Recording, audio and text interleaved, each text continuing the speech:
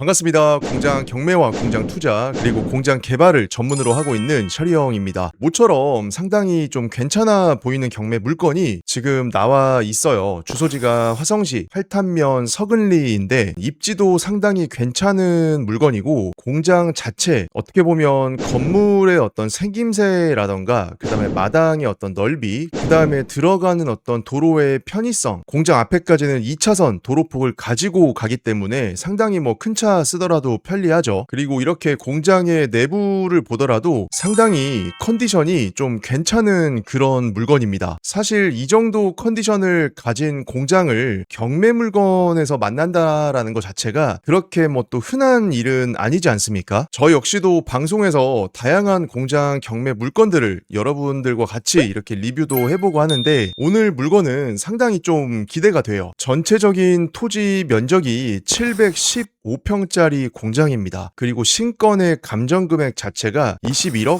9천만 원 정도에 나와 있어요. 그럼 우리 공장의 평당가는 토지 면적으로 이렇게 나눠보면 되기 때문에 현재 평당 얼마인지 확인을 해볼게요. 그랬더니 현재 306만 원입니다. 그러면 화성시 만세구 팔탄면 요 서근리 요 동네에서 지금 준신축에 버금가는 공장이 평당 306만 원에 나와 있다라고 하면은 요 가격은 상당히 합리적인 가격일 확률이 높습니다. 물론 우리가 이제 영상에서 이 건물의 생김새나 이 건물의 연식, 특징, 구조, 들어오는 진입 여건, 주변의 입지 상황, 건물의 배치와 토지의 모양, 그에 따른 마당의 활용성, 그리고 건물이 얼만큼 지어져 있는지에 대한 건폐율, 토지 안에 못 쓰는 땅은 없는지, 건면에 대한 여부, 그 밖에 여러 가지 조건들을 모두 다 분석을 해본 다음에 그렇게 하나하나 요소들을 체크를 해봤는데 그럼에도 불구하고 이 경매 물건이 신건에 306만 원에 감정이 되어서 나와 있는 게 상당히 금액적으로 메리트가 있다라고 하면은 신건에 조금만 더 높게 써가지고 입찰을 해도 되는 거고 만약에 그 반대로 감정 가격은 평당 306만 원에 되었었지만 요런 여러 가지 공장에 있어서 조건들을 분석을 해보니까 신건에 바로 306만 원에 입찰하기에는 조금 아쉽다 하시는 분들은 당연히 유차를 기다렸다가 언제 들어가야 돼요. 이제 2차에 30% 정도 가격이 떨어졌을 때 그때 이제 들어가는 게 맞겠죠. 그러면 대략 뭐 한 15억 한 3천 정도 요 정도로 이제 2차에서는 떨어질 거니까 요때 이제 들어가면은 딱 타이밍이 맞습니다. 자, 그러면은 저와 함께 오늘의 공장 경매 물건도 분석을 한번 해볼게요. 여기 가운데 보이시는 요 공장이 우리 경매의 목적물이죠. 전체적인 토지 모양은 요렇게 생겼습니다. 토지 모양이 살짝 좀 신기하기는 하죠. 우리가 토지 모양을 지칭할 때 뭐 세로 장방형이다, 가로 장방형이다, 자루형 토지다, 정방형 토지다, 뭐 삼각형 토지다, 세장형 토지다, 뭐 여러 가지 지칭이 있는데 오늘 경매 물건 같은 이런 토지의 모양을 전문 용어로는 손도끼형 토지다라고 지칭을 합니다. 이쪽이 이제 손잡이 부분이고 이쪽부터는 손도끼의 날 부분 요렇게 해가지고 이쪽으로 이제 물건을 이제 자르는 거죠. 그렇게 해서 우리가 흔히 볼 수 있는 공장의 어떤 토지 모양에 있어서는 이러한 손도끼형 토지가 그렇게 흔한 모습은 아니에요. 근데 느끼셨겠지만 이런 손도끼형 토지에서 장점도 있고 단점도 물론 있겠죠. 여기 주차선을 그어 놓은 것처럼 요 밑에서 요렇게 이제 차를 타고 들어갈 건데 어떻게 보면은 주차나 이런 것들은 이쪽에 다 해놓고 이 안쪽에 마당 공간을 순수하게 이제 야적, 물건 적재, 작업 공간, 뭐 컨테이너 사무실 몇 개 갖다 놓고 아니면 안쪽에 이렇게 천막을 쳐서 공간을 또 쓴다는 등 이런 여러 가지 형태로 이 토지를 활용을 할 수 있을 거예요. 근데 이렇게 쓸 수 있는 이유는 요 출입구 쪽에 요 공간이 상당히 현장을 가보게 되면 여유가 많이 있어서 그렇습니다. 그래서 여기다가 이제 주차를 해놓게 되면은 오히려 건물이 앉아있는 요 남은 빈 공간, 마당 공간을 정말 자유롭게 쓸 수 있는 그런 이제 활용성, 그런 장점이 극대화된 토지가 이런 손도끼형 토지의 장점이죠. 뭐 물론 이런 손도끼형 토지 이런 거는 명칭에는 없지만 모양새가 이렇게 생겼으니까 이제 우스갯소리로 해본 건데 이런 토지를 말씀드린 방향으로 사용할 수 있다라고 하면은 나름대로 이 토지의 생김새를 잘 이용을 하는 거다. 그러면서 아까 말씀드린 대로 여기까지 들어오는 도로 여건이 2차선 도로의 폭을 가지고 있기 때문에 바로 그냥 여기서 직진으로 요렇게 들어가면은 우리 경매 물건이 요 안쪽에 위치해 있는 겁니다. 그래서 우리 경매 물건이 위치한 공장 바로 앞에 요 공장은 어차피 입구가 여기기 때문에 요렇게 들어가서 쓸 거란 말이에요. 그럼 사실상 우리의 공장 경매 물건은 요 점선 그 안쪽부터는 사실상 전용 공간으로 쓸 수 있는 형태로 되어 있다는 거예요. 그리고 우리 경매 물건 주변으로 공장들이 상당히 빽빽히 들어가 있는 걸 알 수가 있습니다. 우리 이 동네 정말 많이 봤죠. 왼쪽에 이제 석폴이나 요 오른쪽에 서근리, 그리고 이쪽에 더구리. 물론 여기는 이제 면이 장안면이고 이쪽은 팔탄 면이기는 하지만 어차피 공장을 사용함에 있어서 요 장안면 석폴이나 팔탄면 서근리나 팔탄면 더구리나 입지 상황이 거의 똑같기는 합니다. 왜냐하면 요 밑에 조아마이씨를 중심으로 톨게이트를 빠져나와서 5분에서 10분 이내로 다 접근할 수 있는 그런 환경이기도 하고, 여기 보이는 요 82번 도로 요거를 타고 이쪽으로 들어가도 화성시 관내로 빠르게 이동을 할 수가 있고, 반대로 이쪽으로 가더라도 아까 보셨던 조암 톨게이트 고속도로를 올라탄다거나 아니면 조암 안쪽으로 더 들어가서 도로를 타고 내려가면 결국에는 우정읍의 안쪽 기아차 있는 동네, 그리고 더 내려가면 평택항이 있는 이 포승, 여기까지도 쭉 이어지는 도로이기 때문에 상당히 물류나 교통을 쓰기에는 편안한 입지에 들어가 있다라는 거죠. 그리고 결정적으로 우리 경매 물건이 또 하나 좋은 거는 우리 공장이 여기에 위치해 있는데 2차선 도로를 타고 요렇게 나가면 여기가 이제 메인 2차선 도로입니다. 그래서 실제로 요렇게 이면도로를 타고 가더라도 이면도로 자체의 도로폭이 2차선 도로를 가지고 있기 때문에 자동차가 다니고 뭐 큰 차가 다니고 이러는 데는 상당히 편리할 수밖에 없다라는 거죠. 그렇게 해서 나오면은 여기 이제 메인 도로가 이렇게 펼쳐져 있기 때문에 상당히 입지적인 거나 위치적인 거나 주변 공장의 밀집도, 그리고 공장을 운영함에 있어서 필요한 식당, 공구상가, 편의점, 약국, 각종 편의시설 이런 것들이 많이 있을 거기 때문에 오늘의 경매 물건 입지는 상당히 좋다라고 말씀을 드릴 수가 있죠.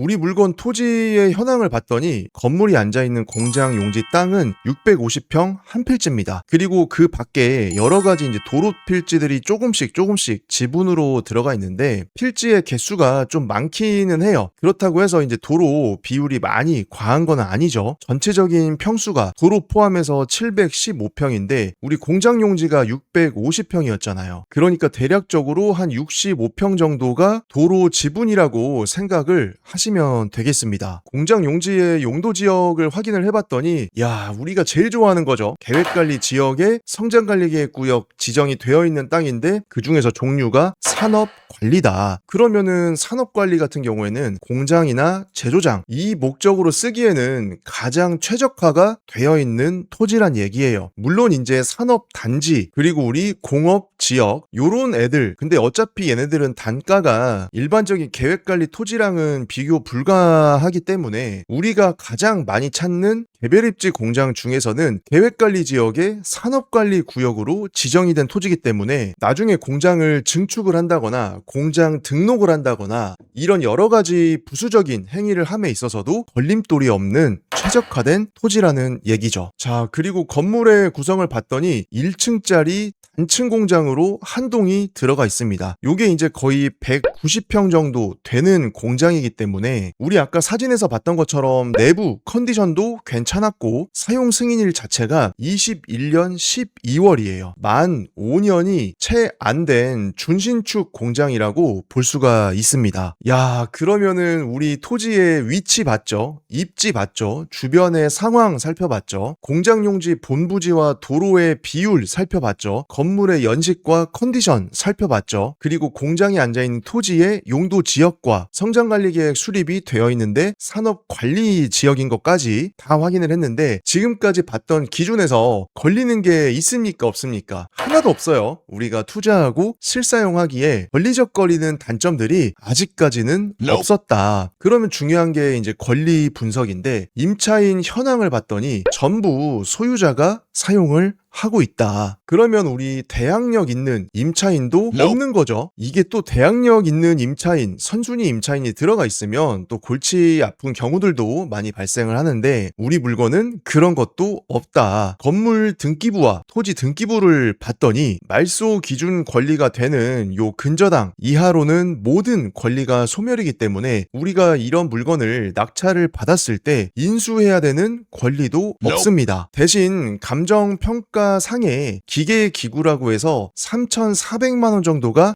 잡혀 있기는 한데 전체적인 감정 금액 대비했을 때 비율이 그렇게 크지는 않기 때문에 굳이 아까 초반에 21억 9천만 원 여기 평당가 계산을 할 때 요 금액을 감안을 해서 나눠보지는 않았어요. 비율로 봤을 때는 적은 금액이니까 그래서 그 점만 또 참고를 하시면 좋을 것 같습니다. 참고로 아까 말씀드렸던 기계기구 감정가 중에서 감정평가서에 보면 총 3개가 원래 감평서에는 들어가는 있는데 맨 위에 있는 요 호이스트는 소재 불명이에요. 그래서 요거는 현장에 없다고 생각을 하시고 7.5톤짜리 하나, 3톤짜리 하나 요렇게 2개가 실제적으로는 현장에 보존이 되어 있다. 이렇게 보시면 되고 우리가 이런 물건을 낙찰을 받는 순간 요 호이스트 2개도 감평에 들어가 있기 때문에 요 호이스트 2개에 대한 소유권 역시 낙찰을 받으시는 분이 가져가는 겁니다. 여기 앞에 있는 게 7.5톤짜리 호이스트고 여기 뒤쪽에 있는 거 요게 이제 3톤짜리 호이스트예요. 이런 호이스트도 사실 주행비임 사고, 호이스트 사고 이러려면 몇 천만 원 정도는 들어가는 건데 우리 경매 물건은 낙찰을 받으면 호이스트 2기가 같이 붙어오는 공장이 되겠습니다. 이 점도 호이스트를 쓰시는 분들한테는 상당히 장점이에요. 경매로 이렇게 같이 취득을 할 수 있다라는 게.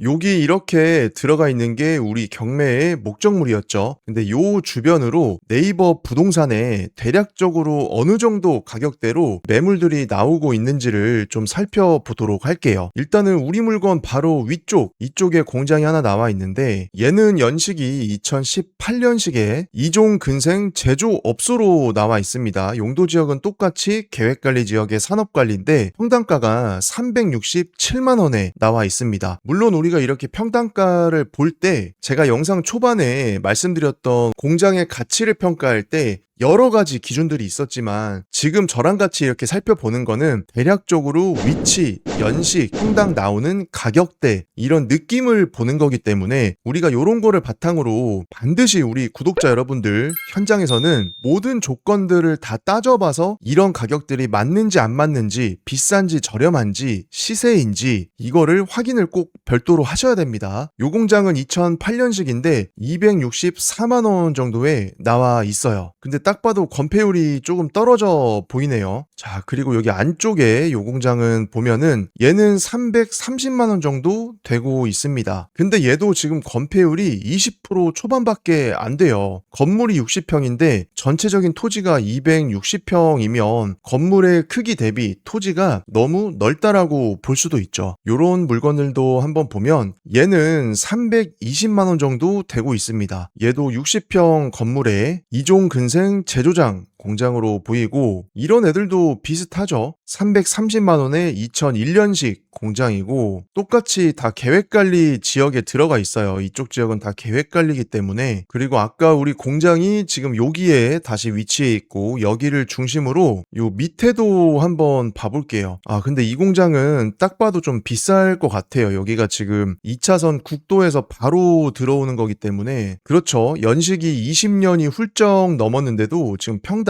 330만 원 꼴입니다. 그리고 여기 안쪽에 여기는 지금 들어가는 길이 여긴 상당히 비좁거든요. 여기도 60평짜리 제조장 건물일 건데 327만 원에 지금 들어가 있어요. 근데 실제로 요 안쪽까지는 가게 되면 도로가 상당히 좀 좁습니다. 여긴 다 330만 원, 320만 원 후반에 지금 매물을 올려 놓으신 상태고 여기 안쪽으로 또 한번 가볼까요? 여기는 요거는 어차피 카센터 신렌타 상가 건물이기 때문에 그쵸? 얘는 지금 550만 원이에요. 평당가가. 좀 더 석포리, 서근리 안쪽으로 이제 들어가 보면 이쪽 지역은 어차피 조금 비싼 지역입니다. 지구 단위 계획으로 묶어서 일반적인 계획 관리가 가지고 있는 건폐율, 용적률 이거를 훨씬 더 높게 쓸 수 있는 건물들이기 때문에 쉽게 말해서 지구 단위 계획 구역으로 잡아서 들어온 공장이랑은 다이다이로 평당가를 비교를 해보면 안 됩니다. 자, 그래서 대략적으로